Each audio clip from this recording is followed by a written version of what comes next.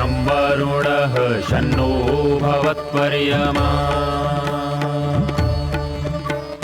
शन्न इन्द्रो बृहस्पतिः शन्नो विष्णुरुक्रमः ॐ शान्ति शान्ति शान्तिः।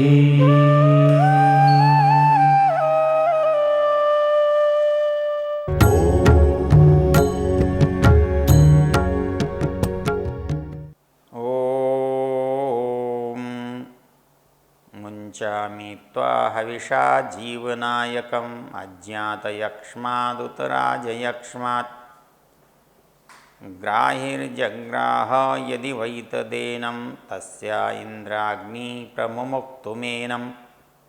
ओम शांति शांति शांति। हम इस वेद ज्ञान की चर्चा के प्रसंग में ऋग्वेद के दशम मंडल के 161वें सूक्त पर बात कर रहे हैं। उसमें 5 मंत्र हैं। यक्ष्मनाशन प्रजापति इसका ऋषि है और उसका देवता यक्ष्मनाशन है, जिससे कि हमारे जो रोग हैं उनका निवारण हो। इसका छंद त्रिष्टुप है और इन सारे ही मंत्रों में रोग से कैसे बचा जाता है, रोग कैसे दूर होते हैं, उसका एक विशेष प्रकार समझाया गया है। और विशेष प्रकार ये बताया गया है कि यज्ञ के द्वारा चिकित्सा कैसे की जाती है, क्योंकि यज्ञ के द्वारा चिकित्सा करते हैं तो वो चिकित्सा सबसे सूक्ष्म हो जाती है। जब हम मुख के द्वारा किसी औषध को खाते हैं तब उसके सार भाग को लेने का काम हमारे शरीर के यंत्र करते हैं, शरीर के उपकरण करते हैं, हमारी आंत्र करते हैं। हम जब किसी औषध को शरीर लेते हैं तो जैसे भोजन को हम लेते हैं और भोजन से ऊर्जा को प्राप्त करना हमारे शरीर का काम है और स्थूल भाग को बाहर निकाल देना वो जो बेकार है, तो ये काम हमारे द्वारा ऐसे होता है। ये इसी स्थिति हम किसी औषध को जब जल के द्वारा लेते हैं तब होती है। हम जल में घोलकर कोई औषध लेते हैं, कोई पदार्थ लेते हैं, तो उसमें से भी जो हमारे लिए ऊर्जा की बात है उस गुण को निकालना शरीर का काम है। इस काम को बाहर करने के लिए हम क्या करें? तो बाहर करने के लिए हमें वही करना होगा जो अंदर करते हैं। अंदर भी हम जब कोई पदार्थ ग्रहण करते हैं तो कोई प्रक्रिया है, कोई बात शक्ति है जिसके द्वारा हम उसका विश्लेषण करते हैं, जिसमें से हम ऊर्जा को, जो जीवनीय तत्व है उसको लेते हैं और जो जीवनीय नहीं है उसे छोड़ देते हैं। तो ये बाहर भी होता है, क्योंकि अंदर भी जिस काम को जो कर रहा है साधन, हम उसे अग्नि ही कहते हैं। हम उसको जठराग्नि कहते हैं, हम उसको प्राणाग्नि कहते हैं। आयुर्वेद में तो 13 अग्नियाँ मानी गई। अर्थात एक हर वस्तु जब एक से दूसरे स्थान पर जा रही है, बदल रही है, उसके गुण रूप बदल रहे हैं, तो वो ऐसे ही नहीं बदल रही है, उसका पाक हो रहा है। क्योंकि जब भी हम किसी चीज़ को बदलते हैं तो पकाकर बदलते हैं, उसका स्वरूप बदल जाता है। एक चीज़ को हम आटे को हलवे में बदल देते हैं, किसी दूध को खीर में, मिठाई में बदल देते हैं। तो ये जो बदलना है उसके लिए पाक एक अच्छा कारण है, मूल है। तो वैसे ही औषधियों को जब हम अग्नि के माध्यम से उपयोग करते हैं तो अग्नि में औषधियाँ जलती हैं तो हमको लगता है कि जैसे ये समाप्त हो गई हैं, किंतु समाप्त हो जाती तो हम कहीं समाप्त हैं कहने में क्या अंतर पड़ता था। लेकिन ऐसा नहीं है। एक तो आज के सिद्धांत, आज के विज्ञान का भी एक नियम है कि कोई नई वस्तु बनाई भी नहीं जा सकती और कोई पुरानी वस्तु नष्ट भी नहीं की जा सकती। लेकिन हम तो अपने प्रयोग में, उपयोग में यही बात देख रहे हैं कि रोज़ नई चीज़ बन रही है, पुरानी चीज़ों को हम नष्ट कर रहे हैं। तो हमारी दृष्टि से हम वस्तुओं को बना रहे हैं, वस्तुओं को नष्ट कर रहे हैं। किंतु प्रकृति के नियम से न हम वस्तु को बना रहे हैं, न हम वस्तु को नष्ट कर रहे हैं। हम तो केवल उसे रूपांतरित कर रहे हैं। जो वस्तु स्थूल थी उसे हम गंध में बदल रहे हैं, वायव्य बना रहे हैं। जो पार्थिव थी उसे जलीय बना रहे हैं। तो वस्तु को हम जलीय बनाते हैं, पार्थिव बनाते हैं, वायव्य बनाते हैं। और वो तीनों ही रूपों में वस्तु हमारे शरीर में काम में आती है।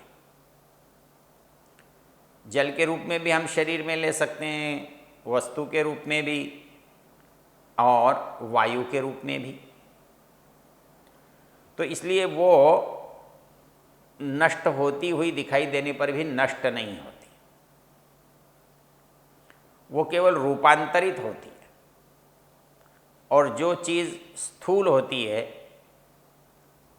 वो पीछे छूट जाती है, और जो वस्तु सूक्ष्म होती है, हल्की होती है, वो ऊपर उठ जाती है।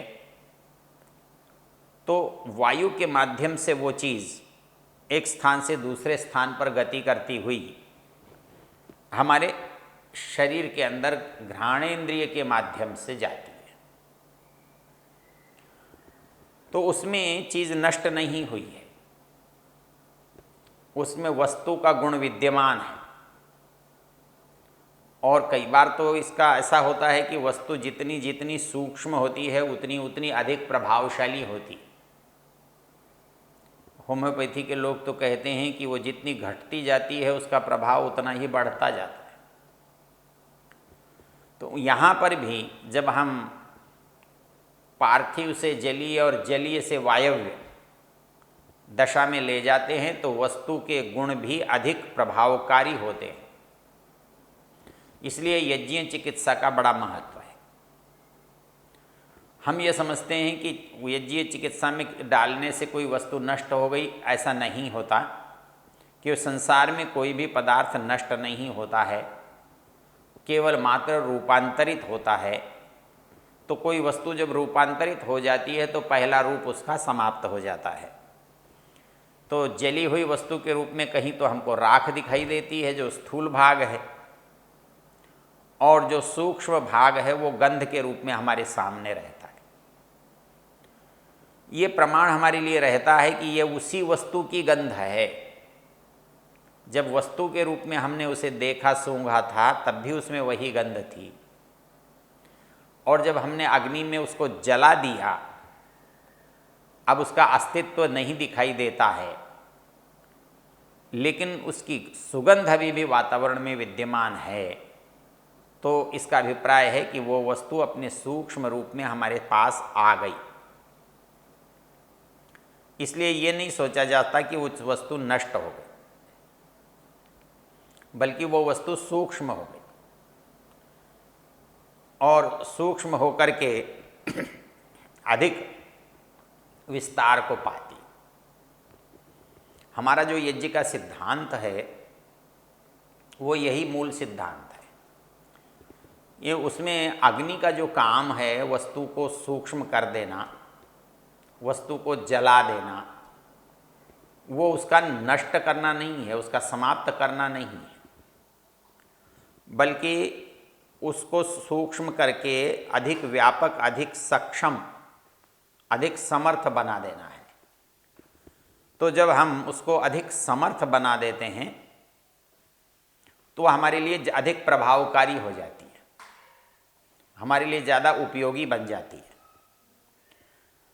तो यज्ञ के द्वारा थोड़ी वस्तु अधिक मात्रा में उपयोग में आती है। हम यज्ञ में घी डालते हैं तो थोड़ा सा ही डालते हैं, सामग्री डालते हैं तो बहुत थोड़ी सी ही डालते हैं, लेकिन ये थोड़ी सी भी सामग्री कितनी हो जाती है, वो जितने लोग वहाँ बैठे हुए होते हैं वातावरण में, वो किसी के लिए भी कम नहीं पड़ती। जो जितना चाहे अपने श्वास के द्वारा उसको ले सकता है, उसको प्राप्त कर सकता है। तो इसलिए हमारे ऋषियों ने यज्ञ को जहाँ सामान्य विधान के लिए रखा, सामान्य दिनचर्या के लिए रखा, वहाँ उसको चिकित्सा के लिए भी रख दिया। तो हम ऐसे पदार्थों को अग्नि में डालते हैं जिनसे हमारा जो वातावरण है उन पदार्थों के गुणों से युक्त हो जाता है। तो अग्नि में डाला हुआ पदार्थ नष्ट नहीं होता, एक। अग्नि में डाला हुआ पदार्थ अधिक व्यापक और अधिक प्रभावशाली होता है, दो। मतलब मात्रा थोड़ी थी, अग्नि में जलने के कारण इतना वातावरण को अच्छा बनाया, प्रभावित किया कि जो भी उस वातावरण में सम्मिलित हुआ, आया, उसके उपयोग में किसी तरह का अंकुश नहीं था कि आप इतना ही सांस लेंगे, अधिक नहीं लेंगे, इतना ही वायु हमारे पास इस तत्व से बना हुआ है, अधिक नहीं है, ऐसा नहीं है। वहाँ पर थोड़ी मात्रा भी बहुत बन जाती है। तो ये अग्नि का गुण है। अर्थात अग्नि में जब कोई पदार्थ डलता है तो उससे वह हजारों गुना बड़ा हो जाता है। जैसे हमारी आहुति दी गई, हजारों गुना हो जाती है। इसलिए जब हम थोड़ी वस्तुओं का सबसे लिए उपयोग करना चाहते हैं तो हम उस पदार्थ को, द्रव्य को यज्ञ में डाल देते हैं। तो यज्ञ में डालने से सबको प्राप्त हो जाता है, जिसको भी चाहिए वातावरण में सुलभ हो जाता है। हम जब किसी वस्तु को सुलभ करने के लिए, तो हमारे पास जब मात्रा थोड़ी है तो उसका सबसे अच्छा उपयोग यही होता है कि वो सबको समान भाग में विभाजित कर देता है। तो आग जो है वस्तु को सूक्ष्म करती है, अग्नि, और वस्तु को विस्तृत करने का भी अवसर प्रदान करती है। उसके द्वारा इस वस्तु का उपयोग रोगी भी कर सकता है, निरोग व्यक्ति भी कर सकता है, स्वस्थ व्यक्ति भी कर सकता है। तो इसके द्वारा हमें उसकी मात्रा की जो समस्या है वो दूर हो जाती है और अधिक लाभ हमें कम वस्तु से प्राप्त होता है। तो हमको समझ में आता है कि अग्नि एक और मुख्य काम क्या करती है।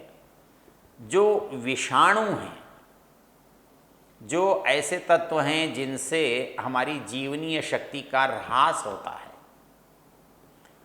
इन औषधों के माध्यम से हम उसे नष्ट कर सकते हैं। हमारे जितने जीवाणु, रोगाणु हैं, उनको या तो नष्ट करते हैं सूर्य का प्रकाश, या नष्ट करती है अग्नि। तो हम ऐसी औषध देते हैं, ऐसे विष देते हैं जिनसे वो विषम पदार्थ हैं, जो हमारे लिए हानिकर पदार्थ हैं, वो नष्ट हो जाते हैं। ये क्षमता अग्नि की है। तो अग्नि की इन क्षमताओं को हम यदि याद रखें कि अग्नि में डाला हुआ पदार्थ कभी नष्ट नहीं होता, केवल रूपांतरित होता है, और इस रूपांतरण के लाभ हमको जो दो मिलते हैं कि वस्तु के अंदर क्षमता या शक्ति बढ़ जाती है और उसकी मात्रा भी असीम हो जाती है। हमारे लिए संभव नहीं है कि कितनी हुई नापे। एक और महत्वपूर्ण बात इसमें होती है, इसके करने से, अग्नि में पदार्थों के डालने से, आप अच्छा पदार्थ डालें या बुरा पदार्थ डालें, आप उसके अंदर सुगंध पैदा करने वाला पदार्थ डालें या दुर्गंध पैदा करने वाला पदार्थ डालें, लेकिन जब अग्नि में कोई पदार्थ आप डालते हैं तो अग्नि उसको जला करके भस्म करता है और भस्म किए हुए उसके गुण हमारे को देता है। और उन गुणों के साथ एक शर्त ये रहती है कि सामान्य रूप से वस्तु तो जिसे हम देते हैं उसे ही मिलती है, दूसरे को नहीं मिलती, चाहे वो पास में ही क्यों न बैठा हो। यदि पंक्ति में पास में ही बैठा व्यक्ति है और किसी ने एक को लड्डू दिया तो दूसरे को नहीं मिलता, दूसरे को मांगना पड़ता है या दूसरे को देना पड़ता है। केवल एक को देने से दूसरे को मिल जाए या न देने से भी मिल जाए, ऐसा नहीं हो सकता। लेकिन ये हविषा जो जीवनायकम, जो हवि के समर्पण की बात है, इसमें ये बात सहज संभव होती है कि जब आप किसी को कोई चीज़ चाहते हैं या नहीं चाहते, जिसके लिए किया है उसको तो मिलेगा ही, लेकिन जिसने नहीं किया है यदि वो भी वहाँ उपस्थित है तो उसे भी प्राप्त होगा, उसको भी मिलेगा। तो उसको कैसे मिलेगा? उसको इसलिए मिलेगा कि ये वातावरण में जब चीज़ फैल जाती है तो उसे कोई प्रतिबंधित नहीं कर सकता, कोई उसे रोक नहीं सकता। इसलिए हम यज्ञ में जब हवि डालते हैं तो हम कितना भी सोचें ये हमारे लिए है, इसका अधिक से अधिक लाभ हम लेंगे, किंतु अच्छी तरह से हम जानते हैं कि उसका लाभ वहाँ जो भी उपस्थित है सब लेंगे, उन सबको ही मिलेगा। हमारे ये चाहने से ये उसको मिले या उसको न मिले ऐसा नहीं हो सकता। इसलिए यज्ञ में जो पदार्थ हम डालते हैं उसका एक लाभ ये होता है कि उससे सबको लाभ मिलता है, सबको उस पदार्थ की प्राप्ति होती है, जिसको हम चाहते हैं उसको भी और जिसको हम नहीं चाहते हैं उसको भी। यदि मान लो कोई ये कहे कि मुझे तुम्हारी नहीं चाहिए, उसको भी मिलेगा, क्योंकि जो पदार्थ वायव्य है, वातावरण में है, उसे कोई बाधित नहीं कर सकता, उसे कोई रोक नहीं सकता। इसलिए हमारे ऋषियों ने यज्ञ की एक ऐसी दिशा बनाई है जिससे हम उन कार्यों को सिद्ध कर सकते हैं जो किसी अन्य तरीके से संभव नहीं है। तो यहाँ पर यज्ञ के द्वारा रोग मुक्ति की बात कही गई है। जब हम स्वस्थ को स्वस्थ बनाने के लिए यज्ञ का उपयोग करते हैं या कर सकते हैं, तो वैसे ही ये भी ठीक है कि जो रोग से ग्रस्त है उस तरह के यदि औषधों से हम आहुति दें और उन आहुतियों को यज्ञ में देने से जो वातावरण बने, उस वातावरण में भी हम उन रोगों को दूर कर सकते हैं, क्योंकि उन पदार्थों का लाभ गुण हम सबको प्राप्त हो सकता है। तो इस दृष्टि से मंत्र कहता है मुंचामि त्वा हविषा जीवनायकम। जीवनायकम, जीवन को प्राप्त करने के लिए हविषा यक्ष्मात् मुंचामि,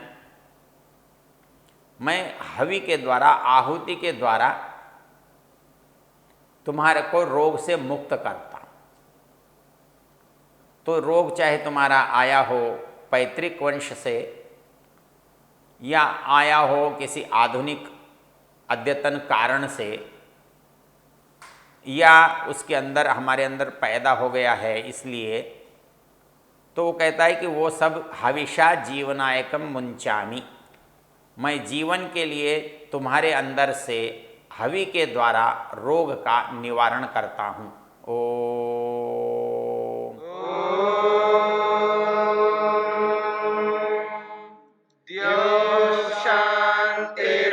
शांतिरंतरिक्षं शांतिर्पृथिवी शांतिरापः शांतिरोषधयः शांतिः वनस्पतयः शांतिर्विश्वे देवा शांतिर्ब्रह्म शांति सर्वं शांति शांतिरेव शांति क्षमा शांतिरेधि। ओम शांति शांति।